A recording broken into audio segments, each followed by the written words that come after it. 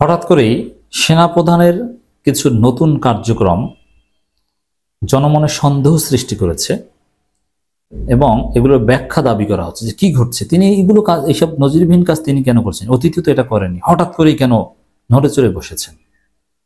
কয়েকটা দিক আছে দর্শক। এর আগে আপনারা দেখেছেন সেনাপ্রধান জুলাই যোদ্ধাদের নিয়ে ইফতার মাহফিলের আয়োজন করেছে এবং জুলাইয়ের যোদ্ধাদের প্রতি তার শ্রদ্ধা ভালোবাসার কথা জানিয়ে দিয়েছেন বক্তব্যে। এরপরে এখন আবার আমরা দেখছি শহীদ আবু সাইদের পরিবারকে আর্থিক সহায়তা দিলেন সেনাপ্রধান এবং তার ছবি তুলে সেটা প্রচার করছেন। এছাড়া কুমিল্লায় সেনাবাহিনীর উদ্যোগে এই জুলাই যোদ্ধাদের জন্য ইফতার মাহফিলের আয়োজন, মানে এটা কিন্তু আগে হয়নি।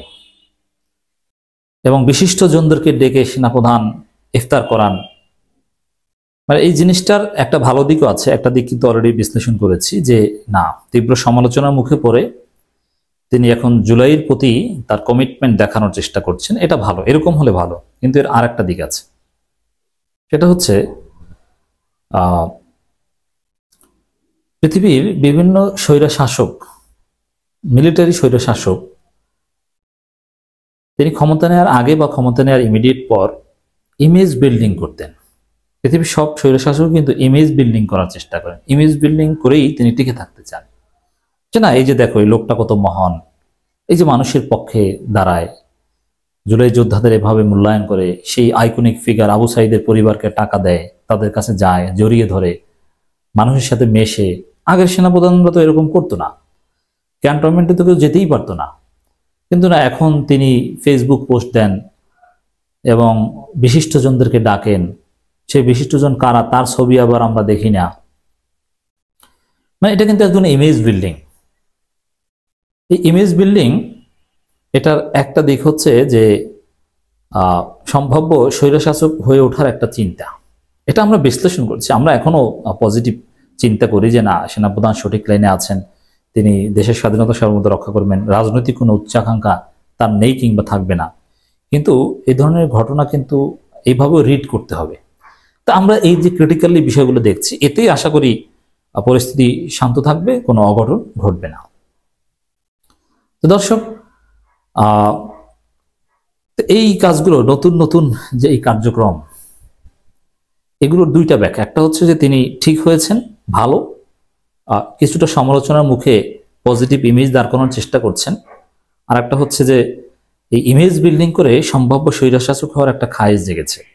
তা আমরা প্রথমটার উপর আস্থা রাখি, দ্বিতীয়টা যেন না হয়। অবশ্য 24 তারিখ সেনাবাহিনীর উদ্দেশ্যে তিনি যে বক্তব্য দিয়েছেন, সেখানে বক্তব্য ঠিক আছে, আমরা আশ্বস্ত। এখন এই খবরটা একটু আপনাদেরকে জানাই দর্শক। শহীদ আবু সাইদের পরিবারকে আর্থিক সহায়তা দিলেন সেনাপ্রধান। এখন অতীতে আমি যতদূর অবজার্ভ করেছি, এই ধরনের কার্যক্রম, এটা এইভাবে ফেসবুকে প্রচার করা বা এভাবে প্রত্যেক দিন জনগণের সাথে মিশে সেটা ফেসবুকে দেওয়া, এটা সেনাপ্রধানের ক্ষেত্রে আমরা নিকট অতীতে দেখিনি। জুলাই আগস্ট গণঅভ্যুত্থানে শহীদ আবু সাইদের বাবার কাছে আর্থিক সহায়তা তুলে দিয়েছে সেনাবাহিনী প্রধান জেনারেল ওয়াকারুজ্জামান। আমি এটা পজিটিভলি দেখি, কিন্তু নেগেটিভ একটা দিক কিন্তু আছে, আমাদের মাথায় রাখতে হবে। এবং সেটা আইএসপিআর একেবারে বিজ্ঞপ্তি দিয়ে জানিয়ে দিয়েছে। আইএসপিআর জানায়, সেনাবাহিনী প্রধান জুলাই আগস্ট গণঅভ্যুত্থানে শহীদ আবু সাইদের বাবার হাতে আর্থিক সহায়তা প্রদান করেন। গত বছরের 16 জুলাই রংপুর আন্দোলনের চলাকালীন নিরস্ত্র অবস্থায় পুলিশের গুলিতে শহীদ হন আবু সাইদ। একই সাথে আমরা বলবো যে এটা চমৎকার কাজ, আবু সাইদের প্রতি এই সম্মান দেখানো। এটা আমি ওই ইমেজ বিল্ডিং না দেখে সেনাবাহিনীর প্রতি জনগণের ভালোবাসা বেড়ে যাবে সেই হিসেবে দেখছি। তবে আবু সাইদকে তো গুলি করেছে পুলিশ, কিন্তু কারফিউর সময় সেনাবাহিনী যাদেরকে গুলি করেছে তাদেরকে যেন আপনি বিচার করেন, এটা আমার নিশ্চিত করতেই হবে। এই বিষয়ে আমরা নো কম্প্রোমাইজ।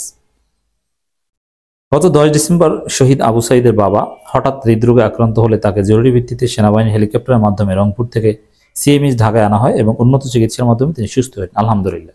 এটা এই শহীদদের প্রতি, শহীদ পরিবারের প্রতি, জুলাই বিপ্লবের প্রতি সেনাবাহিনীর ভালোবাসা, কমিটমেন্টের একটা প্রমাণ হিসেবে আমরা দেখছি।